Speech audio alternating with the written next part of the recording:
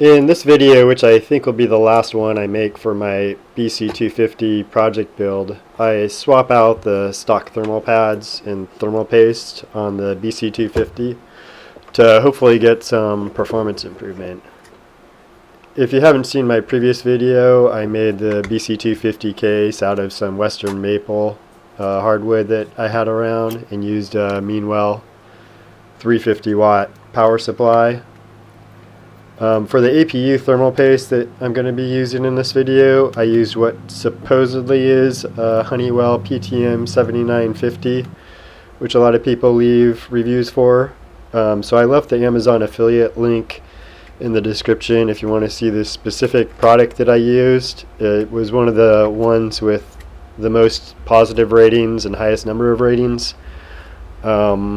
That who knows if it's authentic or not, but other people claim to have had success with this one. I unfortunately didn't. If you want to skip ahead to the results at the end, and I'll get into some more of that in a bit.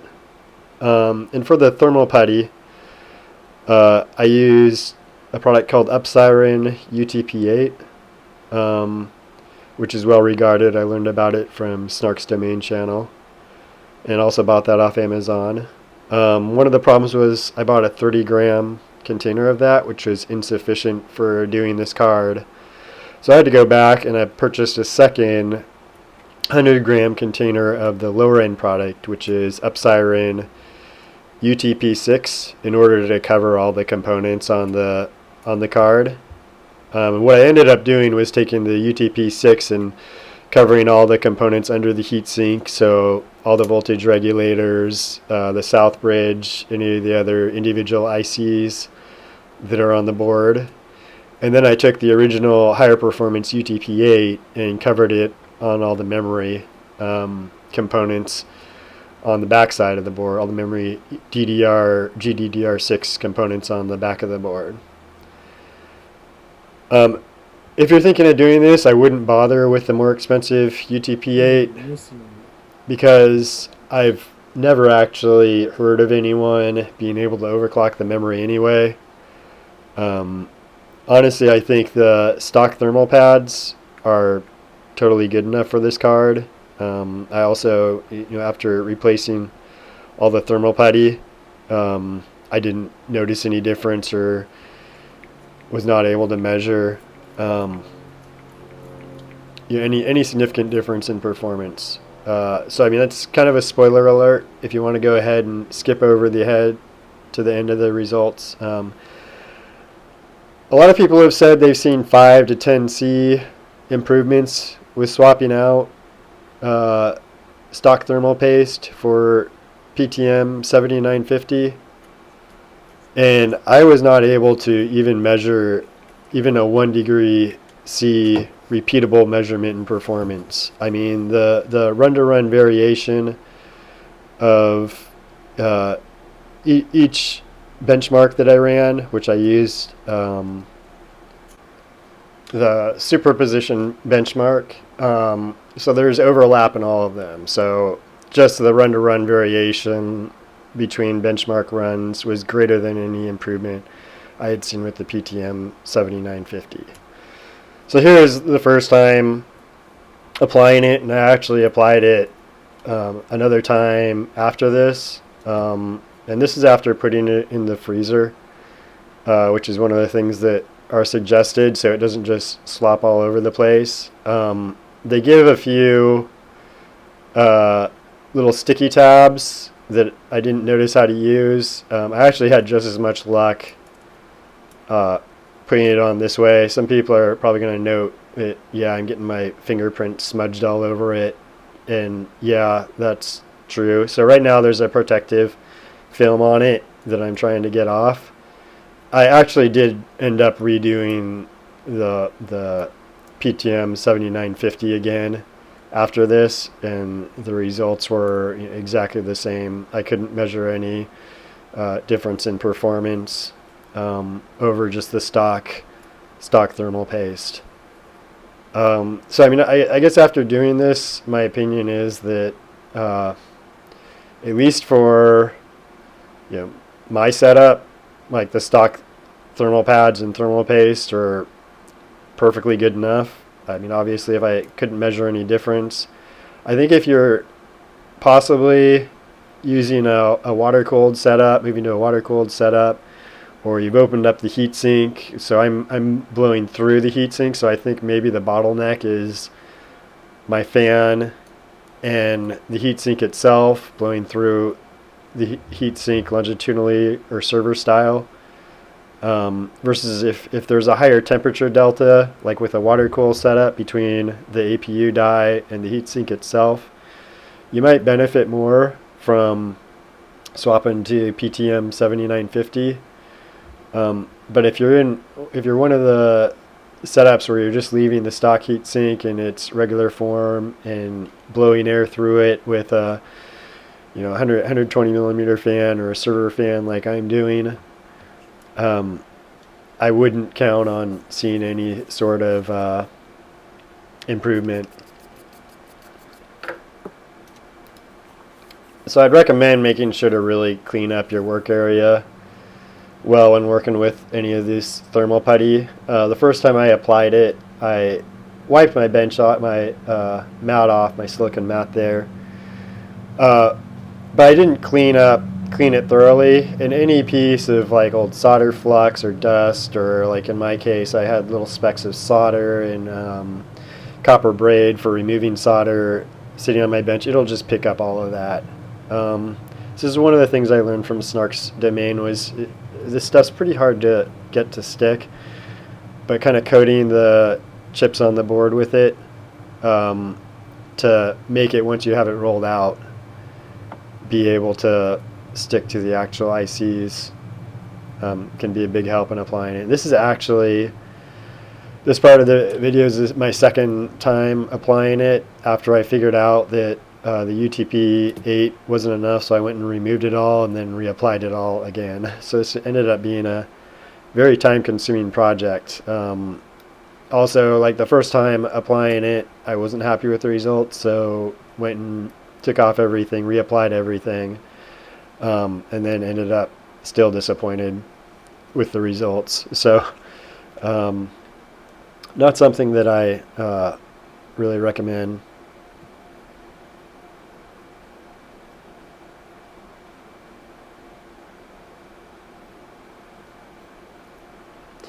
So this is just packing in some of the thermal putty between some of the ICs and the voltage regulators, which helps make things stick and assumes everything just doesn't get squished down away from the heatsink. So that was one of the first problems I have, is I didn't apply enough to the bottom side of the card. So then as soon as you to the GDDR6 memory, and when you do that, like you clamp everything together and then get the bolts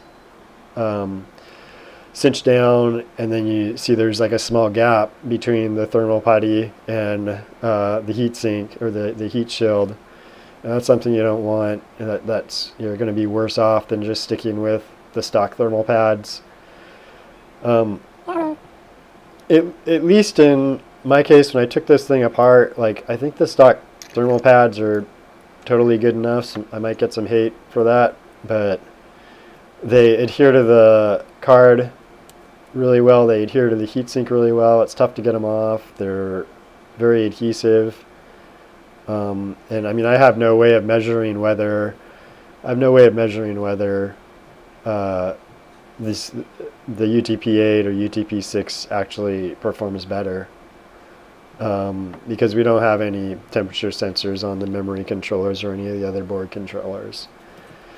And as far as the PTM7950, we do have a temperature on both the CPU and the APU, the GPU, which are all on the same die, and I didn't measure any difference in performance, which again you can skip over to the end as far as that goes.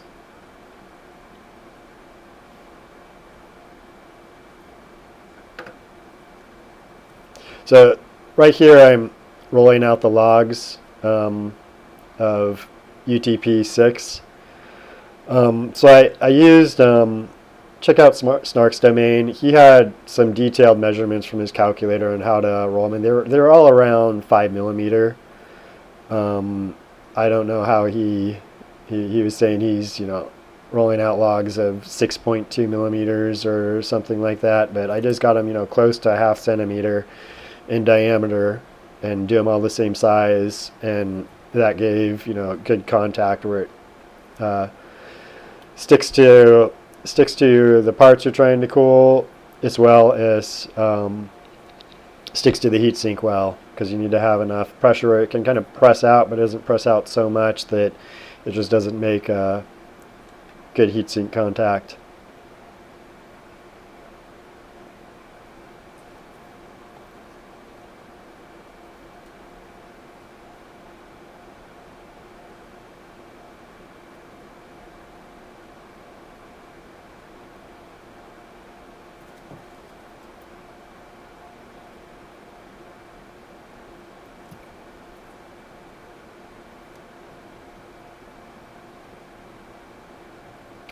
So another thing I was going to mention, where I would take on this project is if you're not getting performance that you see other people in the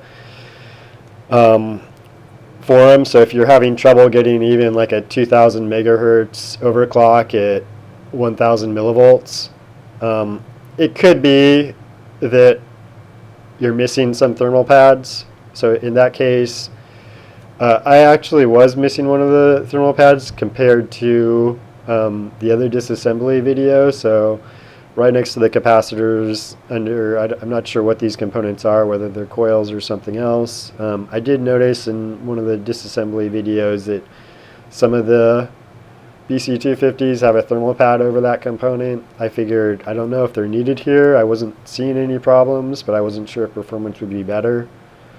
But I have heard of that, where there's some assembly problem on some cards, or you might be missing a thermal pad somewhere. So I think if you're not able to see, even I've seen there's a lot of cards where they can't underclock at all, or they're not able to overclock even to basic 2000 megahertz. In that case, I would look at, it's probably worth doing this. It could be silicon lottery, like I said. But in that case, it might be worth taking this apart and redoing the thermal paste and thermal pads. For me, I did not see any performance improvement after doing this mod. Like, I'm not going to be able to overclock anymore. I'm not going to be able to run lower fan speeds, any of that. So it actually just was something that was really time consuming. And it looks like I'm handling this all fairly well here, but it kind of slips around a lot.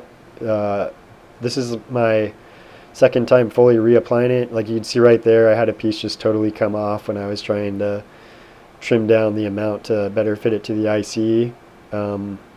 Like a lot of times you'll be messing around with it in a UTP. This stuff definitely doesn't adhere to the components as well as the stock thermal pads do, which are very sticky. So I think I prefer them to the thermal putty, even if there might be some technical performance improvement. Like with the BC-250, we don't really have an opportunity to overclock the memory. I've never heard of anyone doing it, so we're pretty much just stuck with the APU. So I'm not seeing that there's any benefit in doing it if you're not seeing other problems. Perhaps down the line people will figure out a way to, or get some more performance improvement out of it. I think in my case here, like, it's just not going to help with just the stock heat sink. So one of the other things I wanted to mention is there are a few different variants of the BC-250 heatsink that people have noted. So you can see mine has an opening right here around the APU where it's vented a little more. There's some of them that are solid all the way across. So it seems that ASRock had a few different vendors they were going to. There could be differences in performance between the heat sinks. There could be differences in thermal putty application or thermal pad application. It seems like they probably had different factories cranking them out, and the designs are different. Another thing that I should mention is the springs and screws which hold the heatsink on. So that's one of the first things when I went back to Discord and the BC-250 Discord forum and mentioned I repaced everything with PTM7950. I found no significant improvement in performance. I mean, it basically all comes back, within the same range for run to run. It's all comes back around 90C with my overclock settings. People had mentioned that you need stronger springs for the stronger springs for the heatsink screws. So I went through this last time and I shimmed the springs with washers to increase the clamping force, and I had them ensured I had them screwed all the way down. I also made sure to screw the screws around the center of the heatsink, so clamping pressure around the APU, doing like a half turn at a time in alternating patterns to maximize clamping force. So you see right here, I'm starting to apply this over the memory on this side of it, and then putting some washers in to make sure that we get the full clamping force. This may not have been the last time I had actually done it, but I did make sure, in my final measurements, to go through and make sure that there's some washers to ensure that the clamping force, there's additional clamping force. And I'm just getting the screws started here on the outside to make sure things are lined up before starting to clamp down around the APU. That's one of the things I was going to say. I watched the Snarks domain video and noticed that even like the grommets that are around the heatsink screws were different. So here I'm clamping this down, I would say, incorrectly, where I was alternating around some of the screws around the edge of the heatsink. I wouldn't do that. I redid the thermal putty and added some washers again after this. So I think this is the second time redoing it. But make sure you clamp down hard around the APU first, just to be sure that that has the maximum clamping force. And then that will, spread the putty, push it out away from the APU. You can also look through the thing sideways to make sure you have good clamping force. So here's one of my final runs of superposition benchmark, just to verify temperatures after. And so basically everything, this is for my 2400 megahertz overclock. All of my runs were around this. So with my 2000 megahertz overclock, this is what I typically use with like a 30% fan speeds, so it's limited to noise. You can see there's overlap in basically all of these results. It's around 4000. Everything's around between 90 and 93C. It made no difference to swap out to a PTM7950. And this is after reapplying it once, doing the test, being disappointed, and coming back. So same kind of story with 2400 megahertz overclock. Everything's between 90 and 94C, fans running at 100%. But yeah, the run to, I didn't want to post an average because that would be misinterpreting something as being better, one solution being better than the other, when actually the run to run variation is greater than any difference between the PTM7950. So that's sort of my conclusion with this. I wouldn't have bothered with it again. Um, my opinion is, if you're not seeing problems with the BC-250 stock cooler, you're able to get a normal 2000 megahertz overclock with the stock heatsink. I wouldn't swap anything out. If you're running into problems, I would go ahead and take it apart, see if you're missing any thermal pads. You can look at this video or this Snarks domain video. Or if you're doing a water cooler setup, or you've taken the heatsink apart, you've cut open the heatsink and are running, multiple fans, so your heatsink, then maybe you'll see some benefit. But certainly in my situation, like, I didn't see even a single degree C benefit to doing this. So hopefully this is helpful for someone if you stuck around this far. Thanks for watching.